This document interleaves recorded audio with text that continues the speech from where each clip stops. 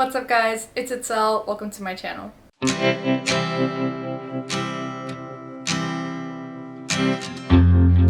Today we will be choosing my December TBR. I honestly can't believe it's the end of the year already. Time just really flies by. This will be my 4th TBR video up on my channel, but this is actually the first time that I'm filming it before the start of the next month, so it's currently November. If everything goes according to plan, this will be up right before Thanksgiving in the US. So today the plan is to somewhat randomly choose my TBR. What I did was just kind of walk across my bookshelves and just kind of pick out any book that just called out to me for some reason or another. And I ended up with 12 books, and then I wrote the titles of each of the 12 books onto a strip of paper and then folded it up, and now they're all in here.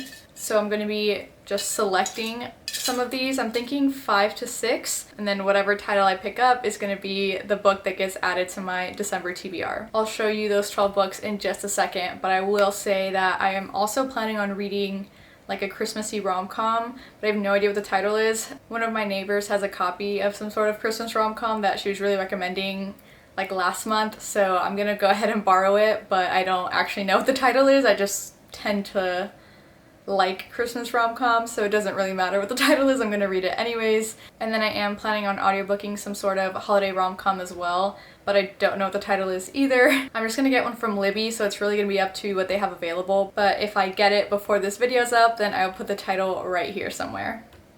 Okay, so I'm gonna go ahead and show you the 12 books now. Six of Crows, The Nightingale, The Woman with a Blue Star, Fourth Wing, Emily Wilde's Map of the Other Lands, A Gentleman in Moscow, The Stationery Shop, The Longest Afternoon, Parable of the Sower, The Dictionary of Lost Words, The Starless Sea, and In the Dream House. Hopefully those were all in focus. I decided to do it this way just because I thought that it was kind of too overwhelming right now to pick out a TBR jar prompt and then have to pick a book based off of that prompt. I feel like that was just going to take too much brain power with how chaotic and hectic life is right now. A lot to do with work, we're approaching all the holiday seasons, and there's just a lot going on. And it's all a little overwhelming in my head, so I didn't want to add stress by having to do that during a lunch break. So we're gonna go with this instead. It's also kind of fun to just switch it up from the TBR jar. But yeah, this is just gonna tell me exactly which book to read, so I don't need to think about it that hard. So I'm gonna quit yapping and just go ahead and get started. We are starting with The Nightingale. I don't think that's gonna focus. This is by Kirsten Hanna, and this is a historical fiction book. This takes place, I believe, in France during World War II. Tells the story of two sisters separated by years and experience, by ideals, passion, and circumstance, each embarking on her own dangerous path towards survival, love, and freedom in German-occupied, war-torn France. A heartbreakingly beautiful novel that celebrates the resilience of the human spirit and the durability of women. Wow. I read The Great Alone by her earlier this year, and I did like that book, but I heard this one was even better, so I am really excited to get into it. I know this is going to be a really heavy read, but I think that it's going to be worth it in the end. And I do tend to like historical fiction just because even though it's fiction, you do get to learn a little bit more about the political landscape and what was going on at that time and place, and I think a lot of those stories are really important. I am very interested to finally read this. Okay, next book. Six of Crows.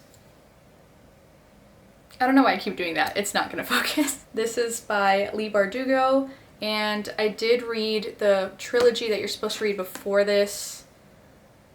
I thought it was earlier this year, but actually I think it was at the end of last year, I think. And that was the Shadow and Bone trilogy, and I actually didn't really like it. I just kind of kept pushing through the books just because my friend really wanted me to read them, and she loved them. Good for her and for all of the other Shadow and Bone trilogy lovers, but I just didn't I didn't really like it for a few reasons, but I've heard that this is way better. This is a duology. I forget what the next one is called. I wonder if it says it. Oh, Crooked Kingdom. So that's the second book, but I only own the first one, and I honestly have a feeling I'm gonna love it. I don't really have anything to base it off of since I haven't read that many fantasy books, nor have I read that many found family slash heist books, but yeah, we'll see what I think of it. I am also interested to see if it's gonna help me understand the book and the world because I read the first trilogy, or if I didn't actually have to subject myself to that, but we'll see. I'm excited to finally read this. Next book. We have A Gentleman in Moscow.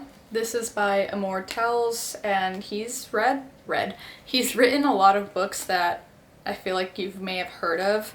I haven't read any of them, but I've seen his name on the cover of several books anytime I do some book browsing. This is also a historical fiction, which is set in 1922. Oh, that's so crazy. Huh. I just finished, like the other week, 1922 by Stephen King. It was a short novella, absolutely disturbing, kind of gross, kind of upsetting. But it was pretty good writing. Horror is not my typical genre, so I can't say I enjoyed it, but I thought it was very well done. So I'll just say that. Anywho, this is set in 1922. There's a gentleman in Moscow, and he ends up being confined to living in a hotel. I think it has to do with something he did during the war or something. I'm not really sure. I'm assuming it's kind of about the deeper meaning of life and like the connections you make, because all of his interactions happen in this hotel. You know, he never leaves, he never really gets to see anything. I'm assuming he has access to windows so he can like see outside and probably open them and breathe some fresh air in, but you know, he can never actually leave and explore these things and truly like go and visit things and see these things. So I'm really thinking it's just about the connections and relationships that he creates while he's living in this hotel, and I'm excited to read this book. I think I've said that for every book, but I am. That's why they're on my TBR. Okay. Next we have The Starless Sea. This is by Erin Morgenstern, and I did read The Night Circus, which was the book that she put out before this one. I don't believe it's a sequel. I think it's like a completely separate standalone. And I honestly don't know much about it. All I know is that the first book, which was The Night Circus, was like magical realism, kind of like fantastical. But back to this book, it seems like there's these like magical doors and the main character is kind of searching for it, or for their door specifically. I'm not sure if you have like your own door or you can go through any door, but I'm assuming you're gonna have to do some traveling through the sea to kind of find.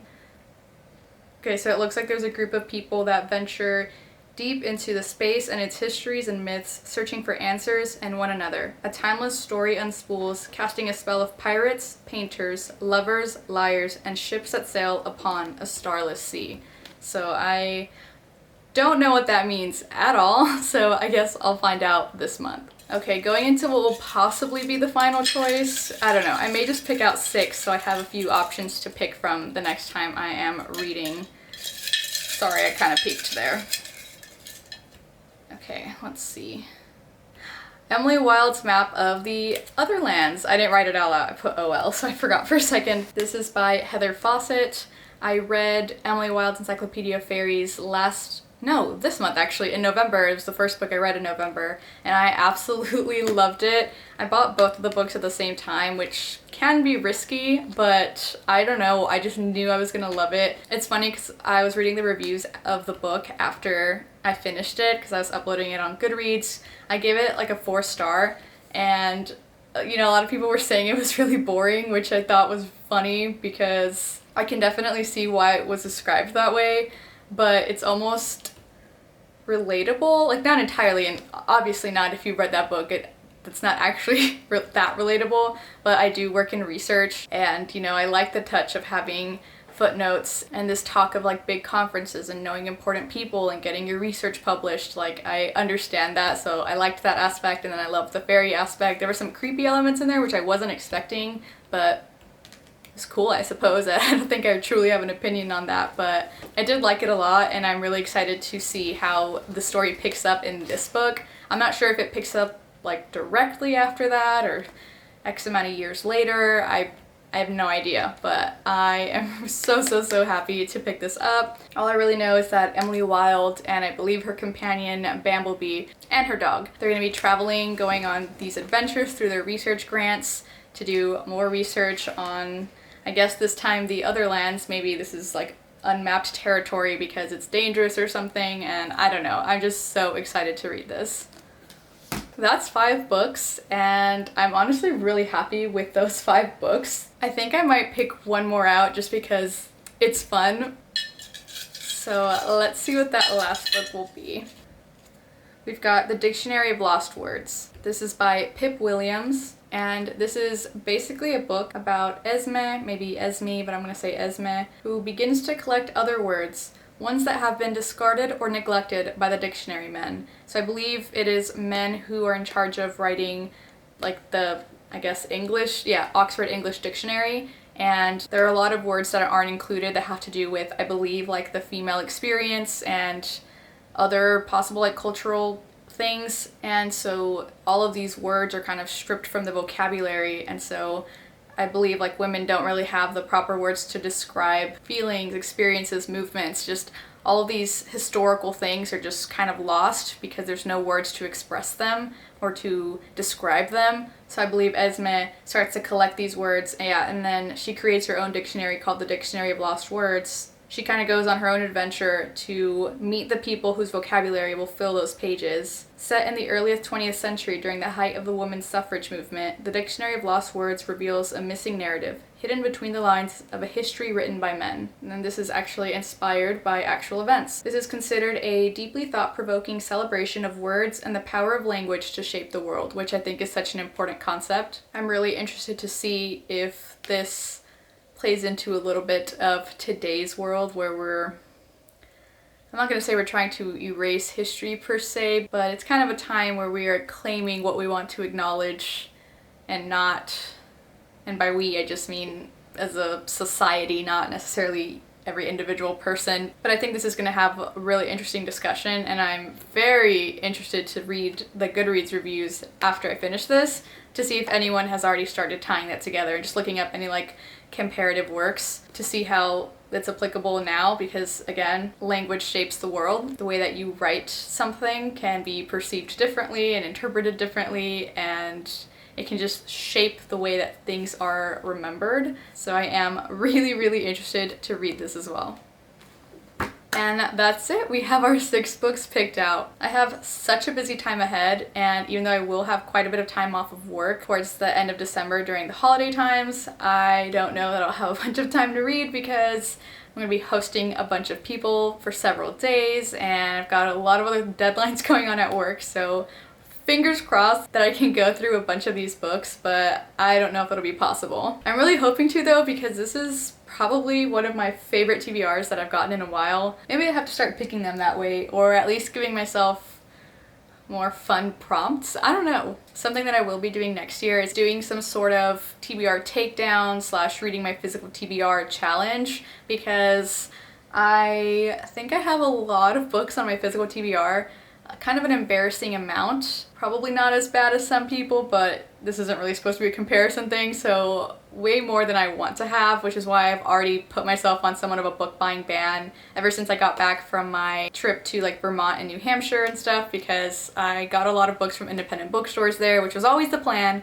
but ever since then I've just kind of cut myself off from buying books, which is why I don't have any cute like Christmassy books here, because I didn't already have any on my TBR and I don't want to buy any more, which is why we're going to go with Libby / library and borrowing from people I know. But yeah, so I think next year I'm really gonna make it a priority to read strictly off of my TBR, and then I'll allow myself to buy books, or I don't know, we'll see how it goes, because there's a few books that I really want to get to, or that the next book in a series is going to be coming out, and so I haven't decided how exactly I'm going to tackle that. But I just wanted to let you know that early next year I will probably be going through every single book in my little library and tell you which ones I have not read, and then come up with some sort of challenge to actually get them read. Anywho, here's a quick little recap of all the books. The Dictionary of Lost Words, Emily Wilde's Map of the Other Lands, The Starless Sea, A Gentleman in Moscow, Six of Crows, and The Nightingale. I'm so excited about this TBR. Thank you guys so much for sticking to the end of the video. Let me know if you've read any of these books and your thoughts without spoilers of any of these books. And also if there's any books you're excited to read that are on your December TBR. I hope you enjoyed the video and I'll see you in the next one. Bye!